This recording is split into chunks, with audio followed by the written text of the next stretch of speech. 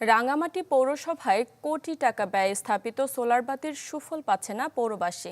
স্থাপনের বছর না যেতেই অকেজো হয়ে গেছে অনেক বাতি। পুরাতন বাতি সংস্কার না করে নতুন করে সোলার লাইট স্থাপনের পথে হাঁটছে পৌরসভা। আর বরাদ্দ প্রাপ্তি সাপেক্ষে সংস্কার করার আশ্বাস কর্তৃপক্ষের। রাঙ্গামাটি থেকে জিয়াউল হকের রিপোর্ট।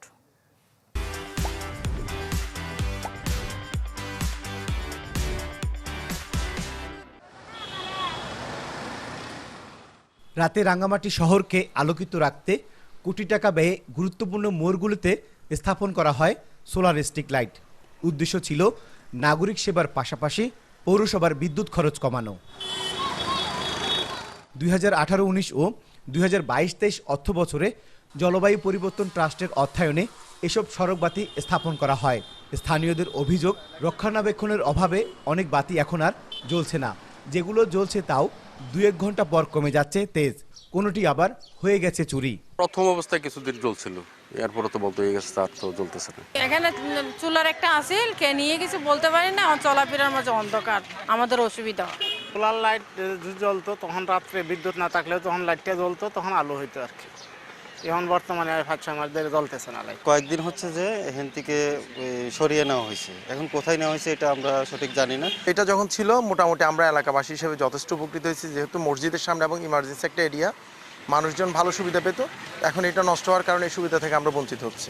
এই যখন অবস্থা, তখন পুরনো বাতি সংস্কার না করে আরেকটি প্রকল্পের মাধ্যমে একই স্থানে লাগানো হয়েছে নতুন সোলার বাতি। পৌরসভার এমন কাজকে রাষ্ট্রীয় টাকার অপচয় মনে করছেন নাগরিক সমাজ। সৌরচালিত বিদ্যুৎ বাতিগুলো আমাদের পরিবেশ এবং প্রতিবেশের জন্য দরকার, নিরাপত্তার জন্য খুব দরকার। কিন্তু একই জায়গায় পুরনো সড়ক বাতিগুলো সংস্কার না করে নতুন বাতি স্থাপন করা সরকারের অর্থের অপচয় হচ্ছে। এই অর্থগুলো সাশ্রয় করে আমরা নতুন নতুন এরিয়া কাভারেজ করতে পারি। এতে করে আমার নতুন নতুন এরিয়াতে নিরাপত্তাজনিত ঝুঁকি কমবে। পুরনো 55টি, নতুন প্রকল্পের 5টি সোলার লাইট নষ্ট হয়েছে। এর মধ্যে চুরি হয়েছে 7 থেকে 8টি। তবে বরাদ্দ প্রাপ্তির সাপেক্ষে এসব বাতি সংস্কারের আশ্বাস পৌর প্রশাসকের। যেগুলো নষ্ট হয়ে আছে সংস্কারের সুযোগ থাকলে আমরা সংস্কার করব, আর নতুন করে যদি প্রতিস্থাপনের দরকার হয় সেক্ষেত্রে সবার সিদ্ধান্ত নিয়ে মন্ত্রণালয়ের অনুমোদন নিয়ে আমরা কাজটা করব। পৌরসভার তথ্য মতে প্রথম পর্বে 159 ও দ্বিতীয় পর্বে 130টি সোলার বাতি স্থাপন করা হয়, যেখানে ব্যয় হয় প্রায় 4 কোটি টাকা।